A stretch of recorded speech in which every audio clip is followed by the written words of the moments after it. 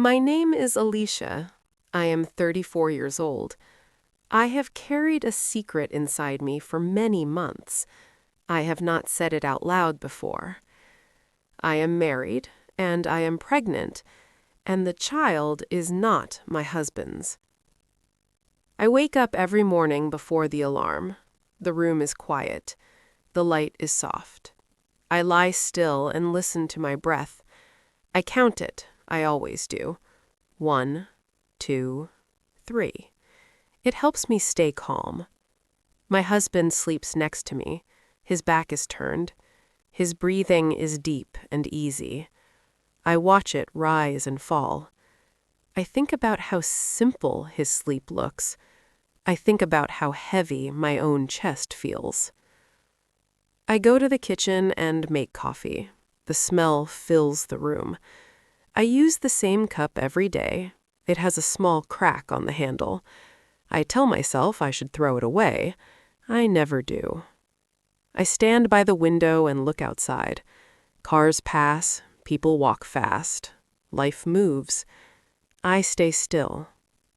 My hand rests on my stomach without thinking. I pull it away when I notice. My life used to feel clear. I worked, I came home, I cooked dinner, I listened to my husband talk about his day. I nodded, I smiled. We shared small laughs, we shared silence, we shared a bed.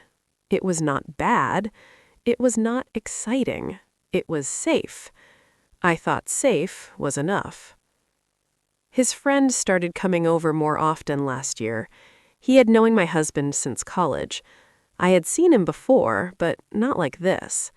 He came after work, he came on weekends, he sat at our table, he drank our coffee, he laughed in our kitchen. He noticed small things. He noticed the music I played. He noticed when I cut my finger while cooking. He handed me a towel without a word. I told myself it meant nothing. I told myself it was just kindness. I told myself many things. My husband trusted him.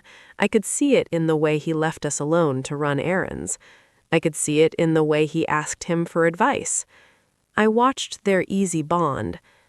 I felt something twist inside me. I did not understand it at first. I thought it was just loneliness. I thought it was tiredness. I thought it would pass. One evening, it rained hard. The sound was loud on the roof. The power went out. The house went dark. My husband was late from work. It was just me and his friend. We lit candles. The shadows moved on the walls. The rain felt close. The air felt warm. We talked about small things: work, traffic, old movies. Then we stopped talking. Silence sat between us. It did not feel empty. It felt full. I could hear my heart. I could hear his breath. He looked at me, not for a moment, for longer. I felt my face grow warm. I should have looked away. I did not. He reached for my hand. His touch was gentle. It stayed still. He did not pull me closer. He did not speak. My hand stayed in his. That was the first wrong step. I knew it then. I still did not stop. When he kissed me, it was slow. It was careful. It was not rushed. I felt the world shrink. The rain faded. The house faded. There was only the heat of his mouth and the way my chest tightened. Soft. I told myself it was a mistake. I told myself it would end there. It did not. We did not tear at each other. We did not rush. We moved as if we were afraid to break something fragile. His hand on my back was steady. My fingers held his shirt. When our bodies pressed together, I felt seen in a way I had forgotten. I felt chosen. I felt weak. I knew I was crossing a line that could never be erased. After, we sat apart. We did not look at each other. The candles burned low. The power came back. The lights felt too bright. He left before my husband came home.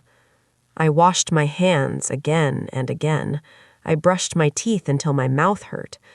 I lay awake that night and stared at the ceiling. I promised myself it would never happen again. I meant it. I truly did. But secrets have weight. They pull you back. They whisper. We met again by accident, or so I told myself. Then again. Then again. Each time I felt more guilt. Each time I felt more pulled. I lived two lives in one body. One was quiet and careful. The other was burning and afraid. At home, my husband kissed my cheek and asked about dinner. I answered with simple words. I smiled. I folded laundry. I paid bills. My hands shook when I was alone. I started counting my breaths more often. When I missed my period, I told myself it was stress. When the second one passed, I bought a test. I stood in the bathroom and stared at it. The lines appeared fast, too fast. My knees felt weak. I sat on the floor and held the sink. I was pregnant. The room felt small. The air felt thin. I pressed my palm to my mouth to keep quiet. I thought of my husband's face. I thought of his trust. I thought of his friend's eyes in the candlelight. I felt sick. I felt full. I felt broken. I did not tell anyone. Days passed. Weeks passed. I went to work. I smiled at people. I listened to them talk about lunch and weather. Inside me, a life was growing. Inside me, a lie was growing too. I stopped seeing his friend. I sent one short message. I said it had to end. He wrote back that he understood. He did not ask questions. I was glad and hurt at the same time.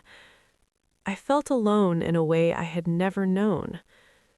At night, I lay next to my husband and watched the fan turn. I placed a pillow between us and said it helped my back. I learned how to hide morning sickness. I learned how to cry without sound. The secret sat inside me, warm and heavy. One afternoon, I stood in the shower and let the water run. I watched it move over my skin, over my stomach.